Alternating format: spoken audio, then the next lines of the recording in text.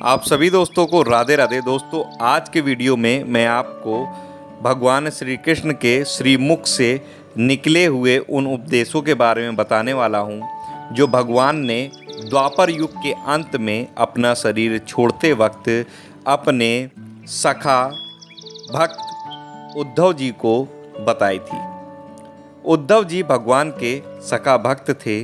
अक्रूर के साथ जब भगवान ब्रज से मथुरा आ गए और कंस को मारकर सभी यादवों को उन्होंने जब सुखी बना दिया था, तब भगवान ने अकेले में अपने प्रिय मित्र उद्धव को बुलाकर कहा, उद्धव, ब्रज की गोपियाँ मेरे वियोग में व्याकुल होंगी, उन्हें जाकर तुम समझा आओ, उन्हें मेरा संदेश सुना आओ कि मैं तुमसे अलग नहीं, सदा तुम्हारे ही साथ हूँ।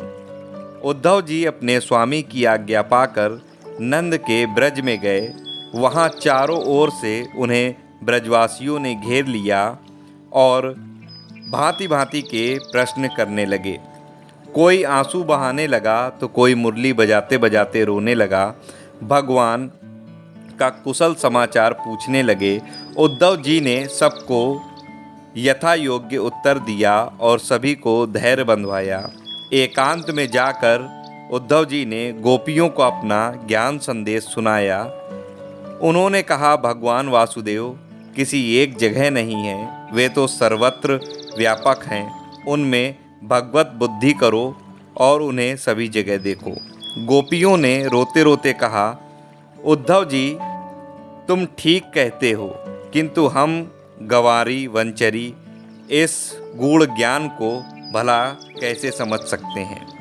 हम तो उन श्याम सुंदर की भोली वाली सूरत पर ही अनुरक्त हैं। उनका वह हास्य युक्त मुखारविंद, वह काली काली घुंघराले उनके बाल, वह बंसी की मधुर ध्वनि हमें अपनी ओर खींच रही है। वृंदावन की सारी भूमि पर उनकी अनंत यादें अंकित हैं। तिल भर भी जमीन खाली नहीं जहां उनकी कोई मधुर याद ना हो। हम इन यमुना पुलिन, वन, पर्वत, वृक्ष और लताओं में उन श्याम सुंदर को ही देखते हैं। इन्हें देखकर उनकी याद हमारे में मूर्तिमान होकर हमारे हृदय पर नाचने लगती है। उनके ऐसे अलौकिक प्रेम को देखकर उद्धव जी अपना सारा ज्ञान भूल गए और अत्यंत करुणा के स्वर में कहने लगे, मैं इन ब्रज गोपियों की चरण धूली भक्तिभाव से वंदना करता हूँ, जिनके द्वारा गाई हुई हरि कथा तीनों भुवनों को पावन करने वाली है। ब्रज में जाकर उद्धव जी ऐसे प्रभावित हुए कि वे अपना सारा ज्ञान गाथा भूल गए। भगवान के द्वारका पधारने पर ये भी उनके साथ गए। यदुवंशियों के मित्र मंडल में इनका भी एक प्रधान स्थान था।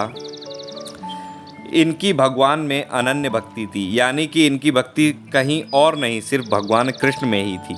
जब इन्होंने समझा कि भगवान अब इस लोक की लीला का अंत करना चाहते हैं, तब ये एकांत में जाकर बड़ी नम्रता और दीनता के साथ कहने लगे, हे भगवान, हे नाथ, मैं आपके चरणों से आधे क्षण के लिए भी अलग नहीं होना चाहता।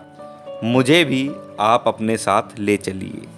भगवान ने कहा, उद्धव, मैं इस लोक के इस शरीर द्वारा अंतर्हित होना चाहता हूँ।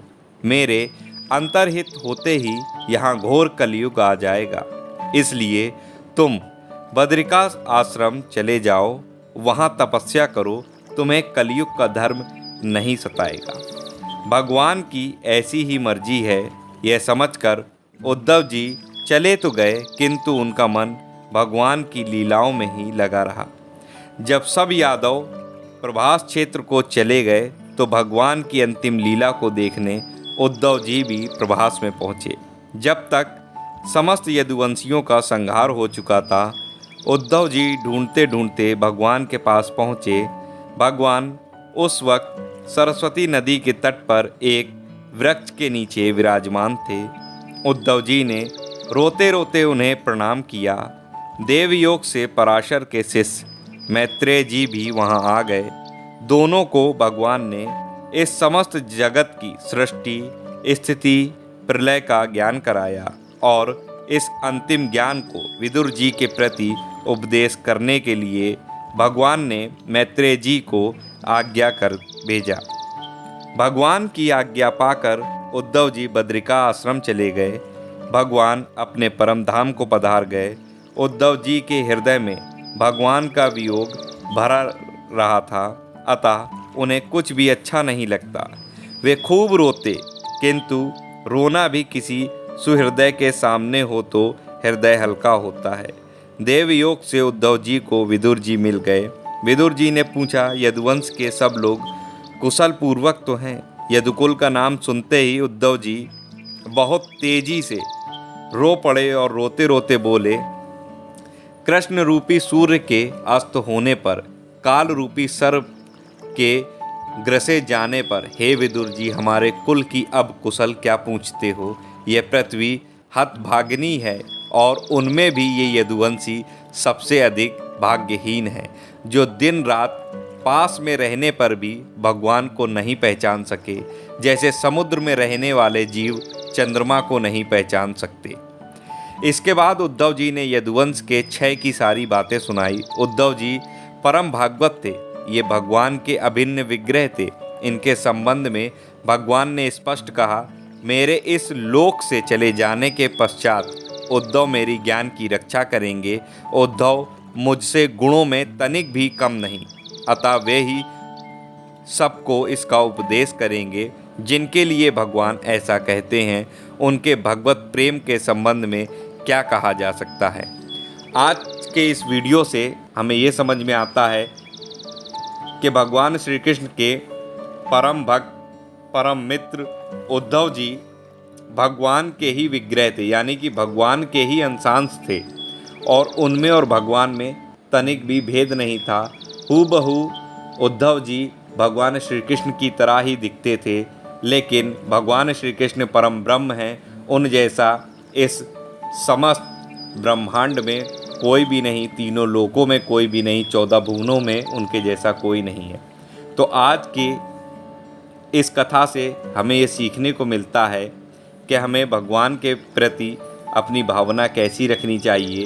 भगवान जब द्वापर युग में लीला करने आए तो किस तरह से गोपियों ने उन्हें प्रेम किया, और जो प्रेम की भक्ति होती है वो सबसे ऊंची भक्ति होती है।